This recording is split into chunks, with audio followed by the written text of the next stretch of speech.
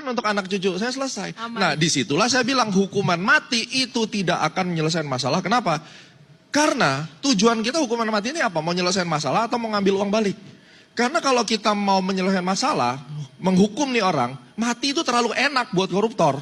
Kalau kita nonton film Hollywood itu, mau hajar dia disiksa, dipotong satu-satu jarinya, bukan hukum mati. Hukum mati tembak selesai, suntik selesai. Makanya kalau memang kita mau kombinasi, rampas asetnya, keluarganya diambil semua hartanya, di cancel culture seperti PKI zaman dulu, mungkin tuh ada efek jerah. Tetapi di sini yang harus kita perhatikan, Pak Presiden itu tadi sudah disampaikan satelit view ya, sudah kasih kode sebenarnya. Hey, yang koruptor, kembalikan sini duitnya, kita negosiasi.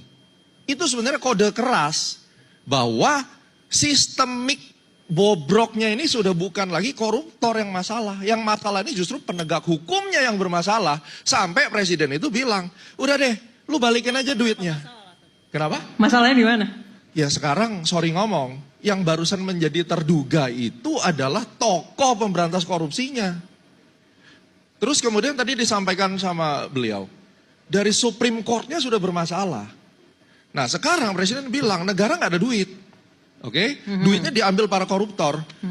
Kalau Anda korupsi, tapi uang itu beredar di masyarakat, it's fine. Kita masih ingat zaman Orde Baru. Ekonomi tumbuh, korupsi tapi duitnya dikembalikan lagi ke sistem. Iya. Sekarang nih korupsi ada dua. Satu ditaruh di bunker dalam tanah, sampai akhirnya presiden berpikir duit ditaruh di bawah tanah, sampai dia bilang kasih kode lagi apa? Saya punya alat loh bisa deteksi dalam bawah tanah. Dan itu benar ada bunker. Ya udah kita cetak uang lagi, itu kan udah desperate. Yang kedua, uangnya ditaruh di luar negeri. Jadi ini mau jadi apa? Udah korupsi triliunan, uangnya ditaruh di luar negeri sama disimpan di bunker. Tidak berputar, makanya Pak Presiden bilang, sini balikin duitnya. Itu udah langkah yang menurut saya, langkah hopeless tetapi bisa menyelesaikan masalah cash flow negara ini. Karena kalau untuk harus menentukan hukuman mati, ini bukan masalah severity daripada hukuman, certainty-nya aja nggak ada.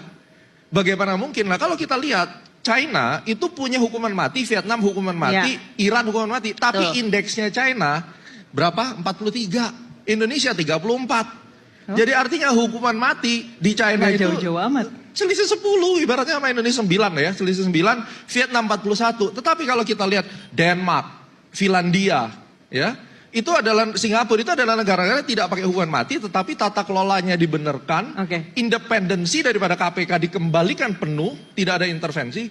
Ternyata negara malah benar. Berarti sebenarnya masalahnya adalah mentality, Master. Kembali ke SDM, jadi makanya